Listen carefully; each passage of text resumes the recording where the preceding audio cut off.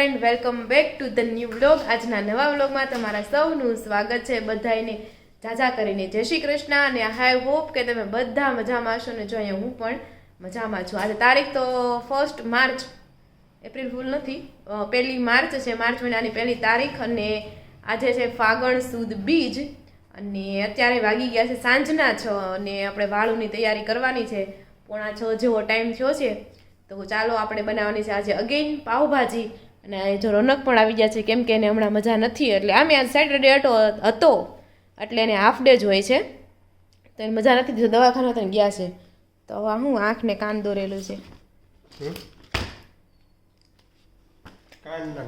કાનના પાસે ડૉક્ટર. કેમ શું થયું? પડદો હોજી ગયો. એક તો પતલો એવો આવે ને એમાં હોજી જાય.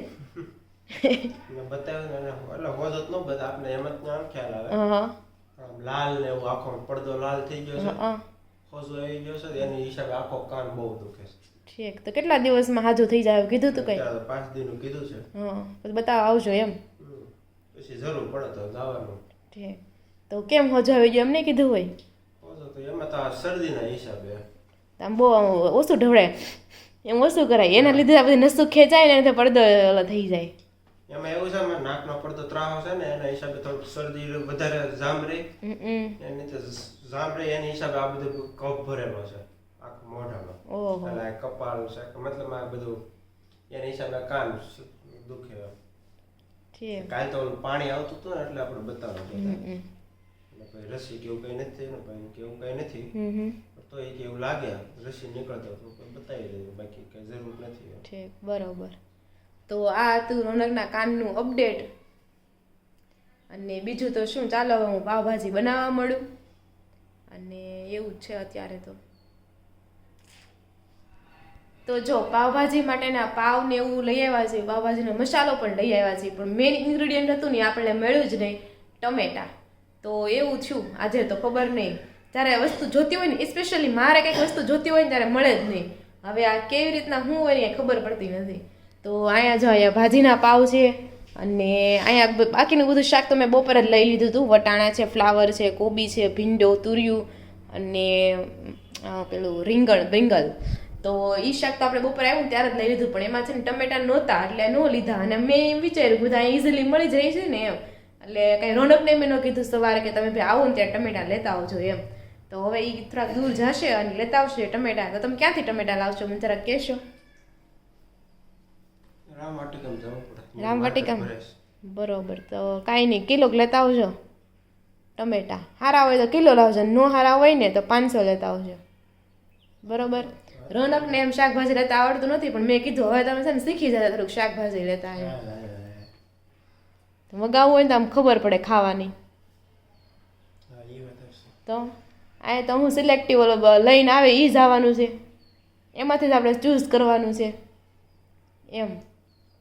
એટલે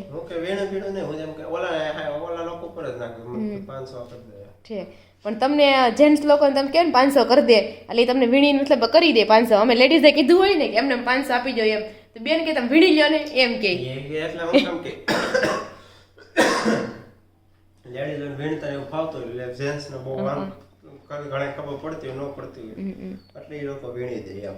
તો મારે ઘણી વાર એવું થાય જેન્ટ્સ પાસે લેવા વાળા ઓછા હોય ને બાઈઓ. હા એ વાત છે એટલે કે હાલન ભાઈ નાખી દઉં એમ. બાઈઓ ને તો હું એક દી કદાચ વીણી દે તો રોજ દી કે મને બોલાને કેટલાનું વીણી દઉં થાય. તો મારે જ એકવાર એવું થયું હતું. હું એકવાર શાક લેવા ગઈ કે 100 રૂપિયાનું કિલો એવું શાક આપતા હતા અલગ અલગ વસ્તુ બધી તમારે જે નાખ્યું હોય ને એમ. તો મેં એક શાક થોડુંક આઘું પડ્યું હતું મેં કીધું નાખી દો ને તમે એમ તમારી રીતે એમ. તો બેન કહે કે નહીં કે તમે તમારે જોતું હોય ને તમે તારે લઈ લો તમે એવું કીધું હતું એને. તો એવું છે તો કાંઈ નહીં, ચાલો બધું જ વેજીટેબલ છે બાફવા માટે મૂકી દો. ત્યાં સુધીમાં જો ટમેટા આવે ને પછી આપણે ગ્રેવી પણ કરી નાખશું. ચાલો, કારણ કે સાંજે બધા મોડા જવાના છે, 8:30 પોણા 9 જવાના છે એટલે જમવાનું મોડું જ છે 9 વાગે એટલે કાંઈ ઇશ્યુ નથી, મોડી બને તો એ વાંધો નહીં કારણ કે આપણે ખાલી ભાજી બનાવવાની છે, પાવ તો રેડીમેડ જ આવવાના છે. અને એવું છે તો જો અત્યારે વાગી ગયા છે 5:45 અને મમ્મીની લગભગ બસમાં બેસી ગયા છે. કા કેટલા ઘણા ટાઈમ હતો? 7:15. ઓકે. તો જો આજે હતું પાણી ઢોળ અને એ પાણી ઢોળ પણ પતી ગયું છે એટલે પૂરું થઈ ગયું છે એટલે કાલે સવારમાં મમ્મીની એન્ટ્રી આવી જાય અને આખી ઘર તો ધમધમતું થાય, આખી શેરી ધમધમતી થાય તમે વિચાર ન કરો, અમારા શરીરમાં એટલો સન્નાટો છે, ઘરમાં એટલો સન્નાટો છે, વાત પૂછોમાં. અને કાલે એટલો જ અવાજ થાય કા અવાજ જ મોટો છે તો શું કરવાનું? હા, નાકેથી આવતા હોય ને તો એ ખબર પડી જાય કે હિનાબેન આવી ગયા છે, હિનાબેનની એન્ટ્રી થઈ ગઈ છે. તો ચાલો કાંઈ નહીં, કાલે હિનાબેનને મળાવશું અને ત્યારે આપણે ભાજી બનાવી નાખીએ. જો અત્યારે વાગી ગયા છે 8:45 અને બધા વાળું કરવા માટે આપણે બેસી ગયા છે. અને જો અલ્પેશભાઈ પણ આવ્યા છે. જય શ્રી કૃષ્ણ અલ્પેશભાઈ. જય શ્રી કૃષ્ણ. અને બાપુજીને આજ જવાનું છે ઘરે અને અલ્પેશભાઈ તેડવા આવ્યા છે. અને સંજયભાઈ ને રોનક બધા જમવા માટે બેસી ગયા છે. ચાલો વાળું કરવા. પાવભાજી. હા, ચાલો પાવભાજી ખાવા. તો હેલો ફ્રેન્ડ, તો જો અત્યારે છે ને સાંજના 9:30 વાગી ગયા છે. અને કાલના વ્લોગમાં છે ને મેં ઘણા સવાલ પૂછ્યા હતા પણ કોઈએ કોમેન્ટ કરી નથી. તો કાંઈ નહીં, હું જવાબ આપી દઉં છું એનું કે કાલે હતું 28 ફેબ્રુઆરી. તો આ વર્ષ છે તે લીપ યરમાં આવે છે કે નહીં, તો યસ અથવા નો કહેવાનું હતું એમ. તો આ વર્ષ છે ને તે લીપ યર્સ નથી. લીપ યર એટલે શું કે એમાં 366 દિવસ હોય, એટલે એક દિવસ વધારે આવે એમ. એટલે ફેબ્રુઆરી મહિનામાં છે ને 29 દિવસ હોય એમ, અને 365 દિવસ એટલે ફેબ્રુઆરીમાં 28 દિવસ હોય, એટલે લીપ યર વર્ષ નો કહેવાય. એવી રીતના હતું. ને બીજો ક્વેશ્ચન એ હતો કે કાલે પાછું પેલું હતું ને રાષ્ટ્રીય વિજ્ઞાન દિવસ હતો, રાષ્ટ્રીય સાયન્સ, નેશનલ સાયન્સ ડે હતો. તો શા માટે સેલિબ્રેટ કરવામાં આવે છે એમ.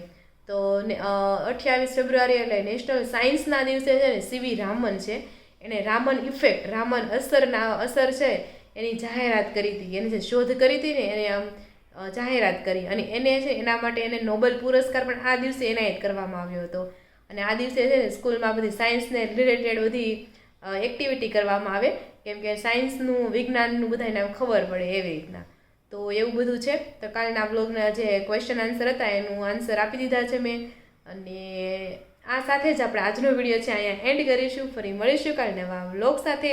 અને હજી સુધી વિડીયોને લાઇક શેર નથી કર્યું તો જરૂરથી તમે લાઇક શેર અને સબસ્ક્રાઈબ કરી દેજો. ફરી મળીશું કાલે નવા વ્લોગ સાથે. ત્યાં સુધી જય શ્રી કૃષ્ણ અને Radhe Radhe.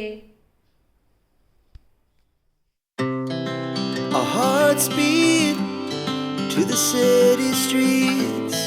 We began to feel the fire. We rise like tall buildings as the chemicals they take us higher. The night's young and it's just begun as she puts her hand in mine.